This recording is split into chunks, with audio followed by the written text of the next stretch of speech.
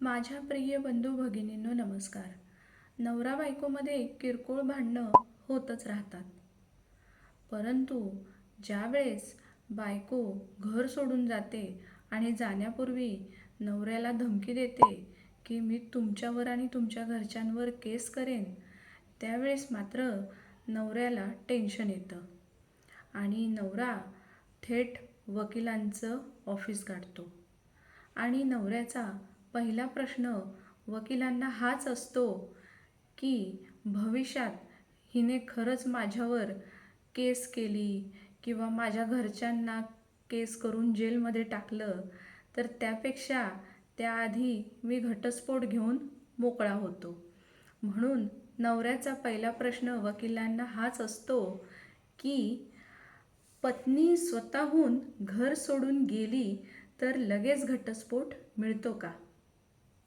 तर याचे उत्तर असे आहे की नाही. घर सोडून ती गेली म्हणून लगेच काही घटस्फोट मिळत नाही. कारण हिंदू मॅरेज ॲक्ट 1955 चे कलम 13(1)(I)(B) यानुसार डेझर्सेशन हा घटस्फोटाचा महत्त्वाचा आधार आहे. डेझर्सेशन म्हणजेच त्याग. म्हणजे तिने स्वतःहून त्याग केला असेल आणि तो त्यागसुद्धा 2 वर्षाचा असला पाहिजे. म्हणजे ती घर सोडून, लग्न करून 2 वर्ष नाही, तर घर सोडून तिला 2 वर्ष पूर्ण झाली पाहिजेत. मग त्यानंतरच तुम्ही तिच्या विरुद्ध घटस्फोटाचा दावा दाखल करू शकता. मग यावर उपाय काय? म्हणजे ती घर सोडून स्वतःहून जाणार, परत ती स्वतःहूनच आमच्यावर केस दाखल करणार. म्हणजे ती घर सोडून गेल्यावर नवऱ्याचा प्रश्न असा आहे की आम्ही काय वाट बघायची? कधी आमच्या दारात पोलीस येईल, कधी कोर्टाची आम्हाला नोटीस येईल? तर नाही. यावर सुद्धा उपाय आहे, पण तो तुम्हाला मी व्हिडिओमध्ये पुढे सांगणार आहे. त्यामुळे व्हिडिओ शेवटपर्यंत अवश्य पहा. आता हे बघा, पहिला प्रश्न तर हा होता की स्वतःहून घर सोडून गेली तर लगेच घटस्फोट मिळतो का? त्याचं उत्तर मी तुम्हाला दिले. आता दुसरा प्रश्न असा असतो नवऱ्याचा की मग आता ती स्वतःहून घर सोडून तर गेली, मग आता आम्ही पुढं काय करायचं? तर पतीने पुरावे जपावेत. मग पतीने कोणकोणते पुरावे जपावेत? तर व्हॉट्सअप, ईमेल, SMS ह्याचे जे चॅट झालेले असतात त्याची स्क्रीनशॉट जपून ठेवावी. आणि परत समजा ती यायला नकार देत असेल, पहिल्यांदा तुम्ही जेव्हा व्हॉट्सअपवर, ईमेलवर, SMSवर तिला विचारता, तिला फोन करता, कॉल रेकॉर्डिंगसुद्धा ठेवायची. त्यामध्ये तिला तुम्ही विचारता की तू नांदायला येतेस का? तू परत माझ्यासोबत येण्यास तयार आहेस का? ती रागात असेल तर ती नाहीच म्हणणार आहे. मग त्याच्या स्क्रीनशॉट तुम्ही काढून ठेवायच्या. आणि दुसरी गोष्ट म्हणजे वकिलांमार्फत ती नांदायला येणार का या संबंधित नोटीस पाठवायची. लीगल नोटीस पाठवल्याने तुमच्याकडे तो एक भक्कम पुरावा होतो की ती स्वतःहून घर सोडून गेलेली आहे, तुमच्या त्रासाला कंटाळून घर सोडून गेलेली नाही. कारण जी पत्नी धमकी देऊन जात असेल ती 100% काही दिवसांनी पोलीस स्टेशन आणि कोर्ट या दोन्ही गोष्टी तुम्हाला दाखवणारच. किरकोळ भांडणांमध्ये असं होत नाही, पण ज्यावेळेस घटनेची गांभीर्यता तुम्हाला लक्षात येईल त्यावेळेस लगेच तुम्ही वकिलांमार्फत पुढचे कायदेशीर पाऊल उचलले पाहिजेत. आणि त्यानंतर तिसरा प्रश्न असा असतो, समजा नोटीस पाठवली, त्यानंतर मोठ्या लोकांबरोबर, घरच्या मोठ्या लोकांबरोबर बोलणी झाली, बैठक बसली, आणि जर का पत्नी परत घरी आली तर काय करावे? आता हे पहा, ज्यावेळेस पत्नी परत घरी येईल त्यावेळेस असंही होऊ शकतं, सगळ्यांच्या बाबतीत असं होत नाही, पण काही वेळेला काहींच्या बाबतीत असं होतं की तीसुद्धा कुणाचा तरी वकिलांचा सल्ला घेऊनच आलेली असते. मग ती तुमच्या विरोधात कदाचित पुरावेसुद्धा गोळा करू शकते. त्यामुळे पहिल्यांदा ज्यावेळेस तुमची बैठक होते आणि ती परत येण्याचं सांगते, त्यावेळेस पहिल्यांदा आपण तिने एक साक्षीदारांसमोर, तिच्या घरचे साक्षीदार जास्त करून घ्यायचे, आपल्याकडचे साक्षीदार घ्यायचे नाहीत. तिच्या घरच्या साक्षीदारांसमोर नोटराईज डॉक्युमेंटवर लिहून घ्यायचं की ती स्वतःहून घर सोडून गेलेली होती आणि आता ती स्वतःहूनच स्वइच्छेने नांदा येण्यासाठी तयार आहे. हे पत्नीच्या माहेरच्या लोकांना साक्षीदार करूनच लिहून घ्यावं, कारण पतीने स्वतःकडचे साक्षीदार घालून तसं लिहून घेतलं तर उद्या ती कोर्टात असंही म्हणू शकते की पतीने माझ्यावर दबाव आणला आणि तसं लिहून घेतले. आणि साक्षीदारांबाबतही कोर्टात असं होऊ शकतं की हे साक्षीदार पतीकडचे होते म्हणून ते त्याच्या बाजूने साक्ष देत आहेत. त्यामुळे तडजोड करण्यापूर्वी तशी ती लेखी तडजोड लिहून घेतली पाहिजे. पतीने कोणत्या चुका टाळल्या पाहिजेत?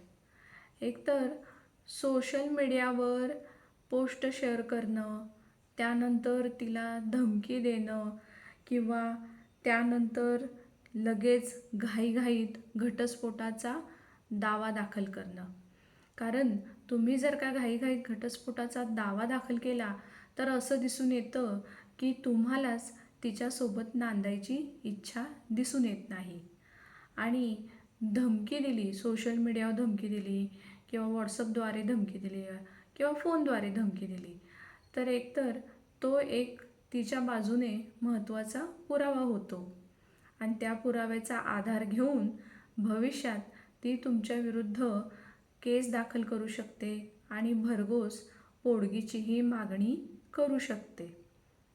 त्यामुळे ह्या चुका पतीने टाळल्या पाहिजेत. आता त्यानंतरचा प्रश्न येतो की पत्नीने खोटे आरोप केले तर काय करावे? आता कसं असतंय, पत्नी ज्यावेळेस आरोप करते तेव्हा तिला तसे पुरावे पण द्यावे लागतात.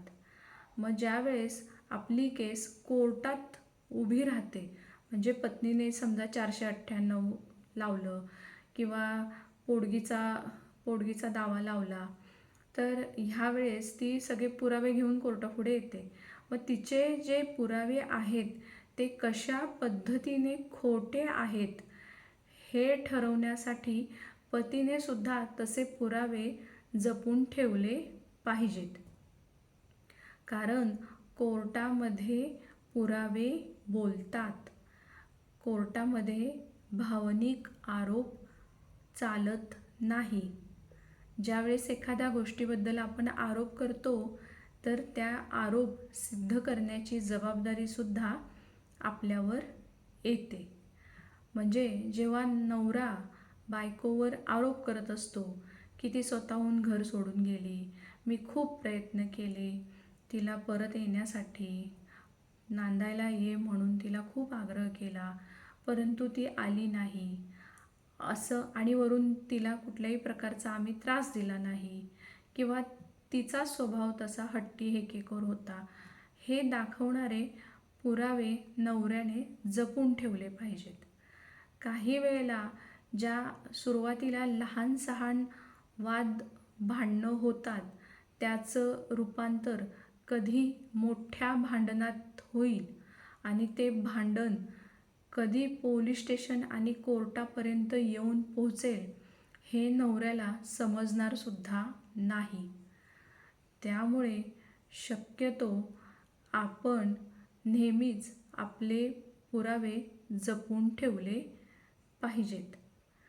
आता ह्यामध्ये आम्ही जेव्हा एक वकील असं सल्ला देतात नवऱ्याला की बाबा ती 2 वर्ष तर अजून झाले नाहीत आणि ती 8 दिवसापूर्वीच धमकी देऊन घर सोडून गेलेली आहे माहेरी, पण आता पतीला तर भीती वाटते की कधी ती कुठला आमच्यावर आरोप करेल आणि कुठे आम्हाला अडकवून ठेवेल, मग अशी त्याला भीती असते.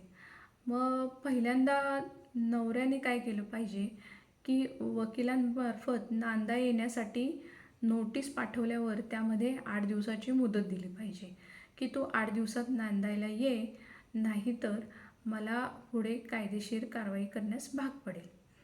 आता असं कधीच झालं नाही की बायको धमकी देऊन घर सोडून गेले आणि नवऱ्याने पोलीस स्टेशनला जाऊन तक्रार केली की बाबा माझी बायको मलाच धमकी देऊन घर सोडून निघून गेले. आणि पोलिसांनी कधीच असं झालेलं नाही आजपर्यंतच्या काळात की नवऱ्याची बायकोविरुद्ध तक्रार घेतली असेल. बायकांची तक्रार नेहमीच घेतली जाते की नवऱ्याने छळ केला, धमकी दिली, मारहाण केली, शिवीगाळ केली. हे सर्रास बायकांची तक्रार लिहून घेतली जाते. पण आपला समाजच हे कधीच मान्य करत नाही की बायकोने नवऱ्याला धमकी दिली, त्रास दिला किंवा घर सोडून जाण्याबद्दल, खोट्या केसेस दाखल करण्याबद्दल धमकी दिली. अशी कधीच तक्रार पोलीस स्टेशनला नवऱ्याच्या बाजूने बायकोच्या विरोधात दाखल झालेलीच नाही आणि घेतली गेलेली नाही. आणि कुणी असं सांगितलं तरी समाजात हे मान्य केलंच जात नाही. ह्यावेळेस मात्र बायकोचा तराजू परडा थोडा वर असतो आणि नवऱ्याचा परडा खाली असतो. कारण प्रत्येक वेळी नवऱ्याला आणि नवऱ्याच्या घरच्या लोकांनाच गुन्हेगार म्हणून, आरोपी म्हणून त्या पिंजऱ्यातच उभा केलं जातं.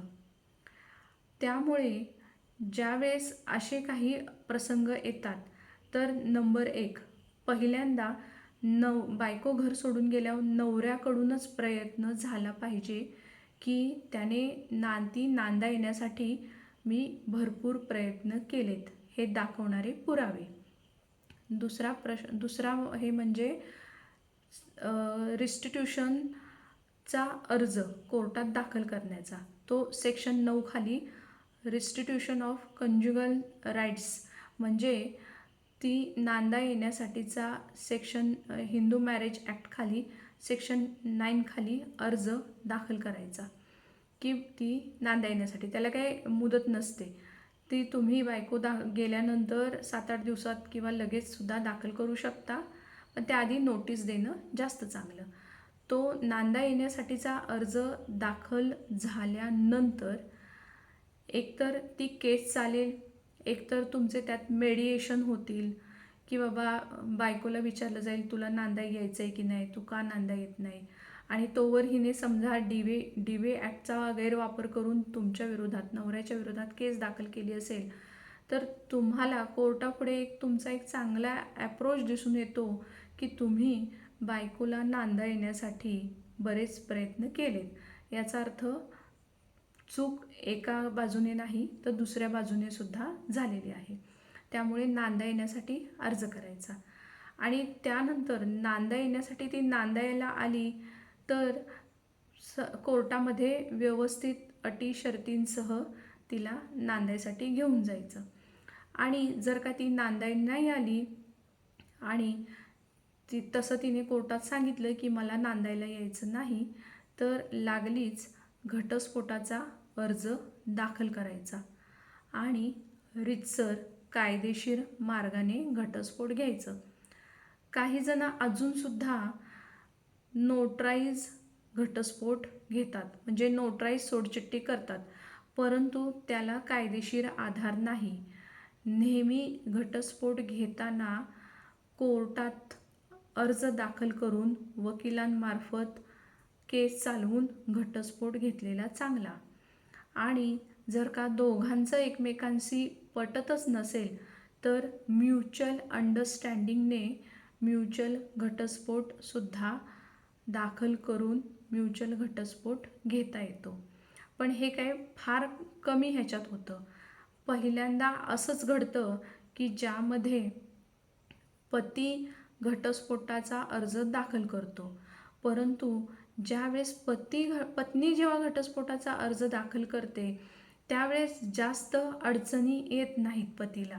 पण जेव्हा पती घटस्फोटाचा अर्ज दाखल करतो त्यावेळेस त्याला हे सिद्ध करण्याची जबाबदारी त्याची वाढते की पत्नीकडनं मी घटस्फोट का घेत आहे. त्याची कारणं तुम्हाला सांगावी लागतात, कारणं स्पष्ट करावी लागतात आणि त्या कारणांसहित तुम्हाला तसे पुरावे द्यावे लागतात, जे खूप अवघड असतात ते पुरावे गोळा करणं, की मी तिच्यासोबत का राहू शकत नाही आणि मला घटस्फोट का हवा आहे. कारण ती रोज किरकोळ भांडणं करते, मग काय रोज किरकोळ भांडणांचे पुरावे आपण गोळा करून ठेवत नाही. त्यामुळेच ज्यावेळेस पत्नी घर सोडून जाते त्यावेळेस पहिल्यांदा नांदाई येण्यासाठी अर्ज देणे हे सर्वोत्तम उपाय ठरतो. बऱ्याच वेळेला नवऱ्या लोकांना असं वाटतं की वकिलांना काम वाढावं म्हणून ते आधी नांदा येण्यासाठीचा अर्ज द्या म्हणतात आणि नंतर घटस्फोटाचं अर्ज दाखल करूया असं म्हणतात. पण तसं नाही.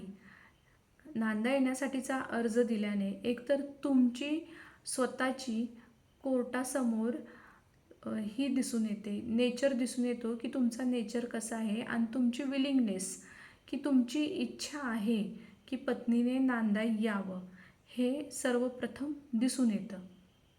आणि सर्रास ज्यावेळेस त्या महिला भांडून घर सोडून जातात त्यावेळेस सर्रास बऱ्यापैकी 90% डिवे ॲक्टचा वापर करून नवऱ्याविरुद्ध केसेस दाखल करतात आणि त्या केसेस वर्षानुवर्ष चालतात. त्यामुळे इथे नवऱ्याने सुद्धा वेळ न घालवता किंवा कधी दारात टकटक वाजून कधी लीगल नोटीस येईल तिच्या विरोधात, 498ची कोर्टाद्वारे केसची नोटीस हातात येईल किंवा पोलीस स्टेशनवरून बोलवणं येईल, ह्याची वाट न पाहता कायदेशीर मार्गाने रीतसरपणे घटस्फोट घेणं अतिउत्तम. पण त्याआधी नांदा येण्यासाठी अर्ज करणे त्याहून जास्त योग्य आणि कायदेशीररित्या बरोबर ठरते.